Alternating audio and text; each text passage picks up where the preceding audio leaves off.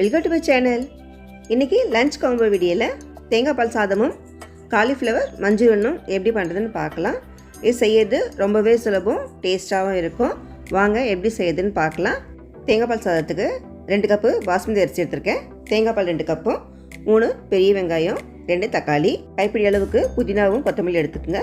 அதுக்கப்புறம் பட்டை, லவங்கம், இந்த அன்னாசிப்பூ எல்லாம் கடல் பசிலாம் சேர்த்து ஒன்று எடுத்துக்கோங்க. பிரிஞ்சல் 2, இதுக்கு தேவையான நெய் வந்து நான் ஒரு 3-4 டேபிள் ஸ்பூன் அளவுக்கு ஊற்றலாம். ஊற்றிட்டு அது சூடான உடனே நம்ம எடுத்து வச்சுக்க ஸ்பைசஸ்லாம் போட்டுக்கலாம். போட்டு அது நல்லா கொஞ்சம் பொரிஞ்ச உடனே நறுக்கின வெங்காயத்தை சேர்த்துக்குங்க. சேர்த்து நல்லா கிளறி கொடுங்க. இது கொஞ்சம் நல்லா வதங்கணும். வெங்காயம் வதங்கினா தான் டேஸ்ட்டாக இருக்கும். வெங்காயம் வதங்கினா கடைசியாக சாதமும் ஒரு மாதிரி குழஞ்சாப்பில் கிடைக்கும். இப்போ கொஞ்சம் வதங்கின உடனே அந்த நறுக்கின கொத்தமல்லியும் புதினாவும் சேர்த்துக்கலாம்.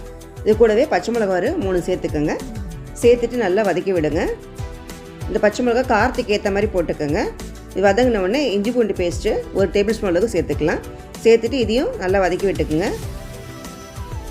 இதுக்கு தேவையான உப்பு சேர்த்துக்கிறேன். இதை கலந்து விட்டுட்டு 3/4 டீஸ்பூன் அளவுக்கு கரம் மசாலா சேர்த்துக்கலாம். சேர்த்துட்டு இதையும் நல்லா கலந்து விட்டுக்கோங்க. இப்போ எடுத்து வச்சுக்கிற அந்த தேங்காய் பால் 2 கப்பு இதில் சேர்த்துக்கலாம். சேர்த்துட்டு 1 கப்பு தண்ணியும் சேர்த்துக்கோங்க. நம்ம 2 கப்பு அளவு அரிசி எடுத்துருக்கோம்.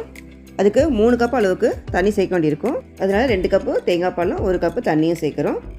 சேர்த்துட்டு நல்லா மிக்ஸ் பண்ணிவிட்டு அரிசியை தண்ணி இல்லாமல் இதில் சேர்த்துக்கோங்க.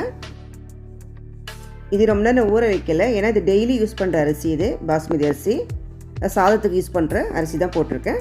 கடைசியாக தக்காளியும் இது மேலே போட்டுக்கோங்க. உப்பு வந்து நீங்கள் செக் பண்ணிக்கோங்க. இந்த டைமு உப்பு பத்தலைன்னா இந்த டைம் போட்டுக்கலாம். போட்டுட்டு நீங்கள் ப்ரெஷர் குக்கரை மூடிட வேண்டியதான். மூடிட்டு 1-2 விசில் வச்சா போதும். இப்போ மஞ்சூரியன் பண்ணிடலாம். இப்போ காலிஃப்ளவரை ஃபஸ்ட்டு நல்லா வாஷ் பண்ணிவிட்டு உப்பு போட்ட தண்ணியில் ஒரு கொதி வர வைக்கணும். அதுக்கப்புறம் வடிகட்டி எடுத்து வச்சுக்கோங்க. இப்போ பாருங்கள், தேங்காய் பால் சாதம் ரெடி ஆகிடுச்சு. ஒரு கலரி விட்டுட்டு நெய்யும் என்னாலும் 1 ஸ்பூன் சேர்த்துக்கோங்க. சேர்த்துட்டு மேலே நல்லா ஒரு திக்கான துணியாக போட்டு மூடிட்டு தட்டு போட்டு மேலே அதை வெயிட் வச்சுருங்க. ஒரு 10-15 நிமிஷம் அப்படியே இருக்கட்டும். இது இப்போது காலிஃப்ளவரில் சோளமாவும் தேவையான உப்பும் சேர்த்துக்கோங்க. சோளமாவு எவ்வளோ தேவையோ சேர்த்துக்கோங்க. நான் 3 டேபிள் ஸ்பூன் அளவுக்கு சேர்த்துருக்கேன். இஞ்சி பூண்டு பேஸ்ட்டு ஒரு 1/2 டீஸ்பூன் சேர்த்துக்கலாம். சேர்த்து இதுக்கெல்லாம் கலந்து விட்டுக்கோங்க. இப்போ காரத்துக்கு மிளகாத்தூள் சேர்க்கணும். குழம்பு மிளகாத்தூள் இல்லைன்னா தனி மிளகாத்தூள் சேர்த்துக்கோங்க.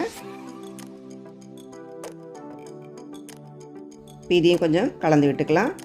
இப்போ மசாலா நல்லா பிடிக்கிறதுக்காக லைட்டாக தண்ணி தெளிச்சாப்பில் சேர்த்துட்டு கொஞ்சம் நல்லா பிசிறி வச்சுருங்க. இது ஒரு 15 நிமிஷமாவது நல்லா ஊறணும்.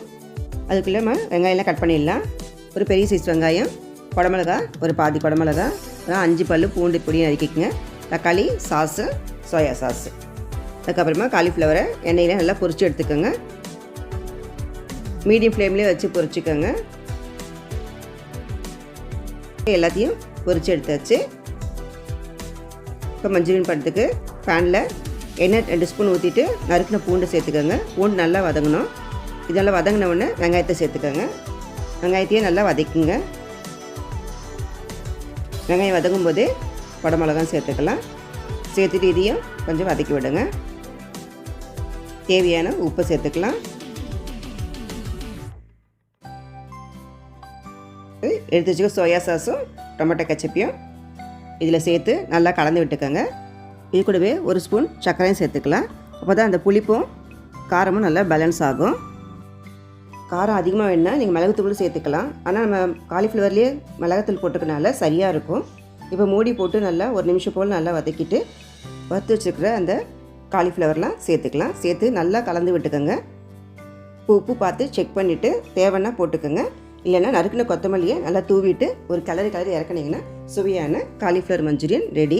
இந்த தேங்காய் பால் சாதத்துக்கு சூப்பரான காம்பினேஷனாக இருக்கும். கூடவே வெள்ளரி துண்டோ வெங்காய பச்சடி வச்சிங்கன்னா இன்னும் சூப்பராக இருக்கும்.